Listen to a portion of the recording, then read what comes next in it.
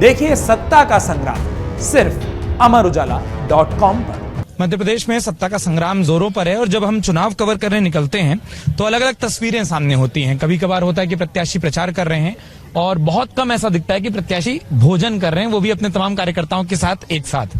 आरिफ साहब मेरे साथ मौजूद हैं। साहब पहले तो माफी कि आप खाना खा रहे हैं और मैंने भी इस बीच में मुझे लगा बात करने की कोशिश की। किन मुद्दों को लेकर, और अच्छा ये एक बात कही जाती है कि जब हाथ में खाना होता है तो झूठ कम निकलता है, तो किन मुद्दों को लेकर जनता के बीच में है? हमने पहले भी कहा था बेटा बनाओ, और लोगों ने बेटा बनाया, और अभी भी वही बात कर रहा हूँ। और मैं पहला विधायक हूँ जिसने अपनी पुस्तक छापी है काम करके, प्रत्येक वार्ड की जो किताबें हैं मेरी छपी हुई है कि ये आपके मोहल्ले में काम करा। लगभग 70-80% काम मेरा हो गया, 20-25% काम बचा है। निश्चित रूप से दोबारा जीतने के बाद पूरा करेंगे। ये जो 20-25% आप बोल रहे हैं काम बचा रह गया, वक्त कम रहा या सरकार दूसरी रही इसलिए? नहीं, उसमें 3 वजह हैं। एक तो कोरोना, तो 1 साल लॉकडाउन गया, 12 महीने लगभग हम लोग वो पिछड़ गए। तो हमको तो 35 महीने करीब मिले काम करने को, उसमें सरकार चली गई। तो हमने 3 अस्पताल स्वीकृत कराए थे 30-30 बेड के, पैसा भी दे दिया था, स्वीकृति भी दे दी थी कमलनाथ जी ने, लेकिन शिवराज सिंह जी ने उसको पूरा नहीं होने दिया। फिर हमारे बहुत सारे डामर के वर्क आर्डर पड़े हुए, वर्क आर्डर हो गए, काम शुरू नहीं होने दिया। तो ये बहुत सारी दिक्कतें आई हैं इन 12 महीने के अंदर। इस वजह से ये 10-20-25% काम दिख रहा है, ये उसकी वजह है।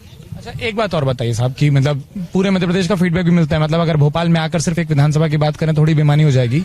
मध्य प्रदेश में सरकार बनाने की स्थिति दिख रही है या गुणागणित की जरूरत पड़ेगी पिछली बार की तरह थोड़ा बहुत? नहीं पड़ेगी।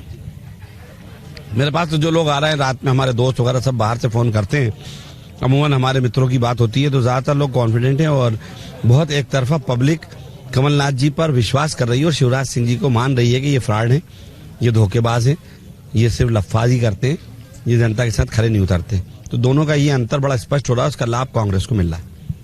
आपके विरोधी हैं, वो कुछ कर्जे और तमाम चीजों की बात कर रहे थे, क्या ये मसला ये है? चुनाव लड़ लेना अपन, चुनाव के बाद कर लेंगे ना, चुनाव के बाद देख लेंगे सब, इनके कहने से क्या होता है, चुनाव बाद सब जवाब दूंगा।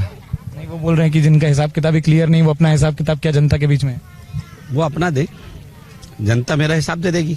जनता से बोले ना, उन्होंने बोल दिया, जनता 17 को हिसाब कर देगी। एक सवाल जो बहुत पूछा गया, और सिर्फ इसलिए नहीं कि आप सिर्फ भोपाल के प्रत्याशी हैं, भोपाल के विधायक हैं, इसलिए भी कि आप जिस वर्ग से आते हैं, इस बार बात हुई थी कि सबको बराबर रिप्रेजेंटेशन होगा, महिलाओं की बात होगी, आदिवासियों की बात होगी, पिछड़ों की बात होगी और अल्पसंख्यकों की बात होगी।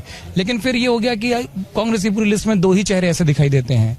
देखिए बुरहानपुर हम लोग देना चाहते थे, पिछली बार भी हमने 3 दिए थे, अभी भी देना चाहते थे, लेकिन वहां पे आपसी सामंजस्य नहीं बना। पहले सब लोग लड़ते रहे, हम लोगों ने कहा था जो महापौर हारी थी उन्हीं को लड़ा दिया जाए, ये लोग माने नहीं और आपस में बिखरे रहे। तो कांग्रेस को मजबूरन फिर दूसरा निर्णय लेना पड़ा, क्योंकि कांग्रेस को एक सीट जीतना जरूरी है। और इस वक्त जाति समीकरण से ज्यादा समीकरण में समझता हूँ जीतने वाले देखे गए, क्योंकि हमको सरकार बनाना बहुत जरूरी है, नौजवानों को रोजगार देना है। बहुत बड़ी जटिल समस्याएं, अल्पसंख्यकों की समस्याएं, गरीबों की है, बहुत सारे ऐसे इश्यूज हैं जो ज्यादा बड़े हैं, तो इसलिए उस पर ध्यान फोकस ज्यादा रखा गया। चलिए बहुत शुक्रिया और बहुत माफी कि मैं खाना खाने के बीच में आपको रोका। आरिफ मसूद साहब हमारे साथ मौजूद थे। मुझे लगता है एक अपील जिससे आप सहमत होंगे, मेरे तमाम सवालों से आप सहमत हो ना हो, वो ये कि भोपाल के लोगों को 17 तारीख को निकलना चाहिए और भोपाल को नंबर 1 होना चाहिए वोटिंग में मध्य प्रदेश में, ताकि जो आपके मतदान की ताकत है ना उसका ज्यादा से ज्यादा प्रयोग हो सके। बहुत बहुत शुक्रिया साहब अपना वक्त देने के लिए। आपका भी शुक्रिया जो आपने इस चर्चा को देखा। अमर उजाला अब आपके टीवी पर भी, अपने स्मार्ट टीवी पर YouTube पर सर्च करें अमर उजाला, चैनल सब्सक्राइब करें और देखें ताजा खबरें, वो भी HD क्वालिटी में। और हाँ, बेल आइकन दबाना ना भूलें ताकि हर खबर हो आपके घर। अमर उजाला, निष्पक्ष, निर्भीक, निरंतर।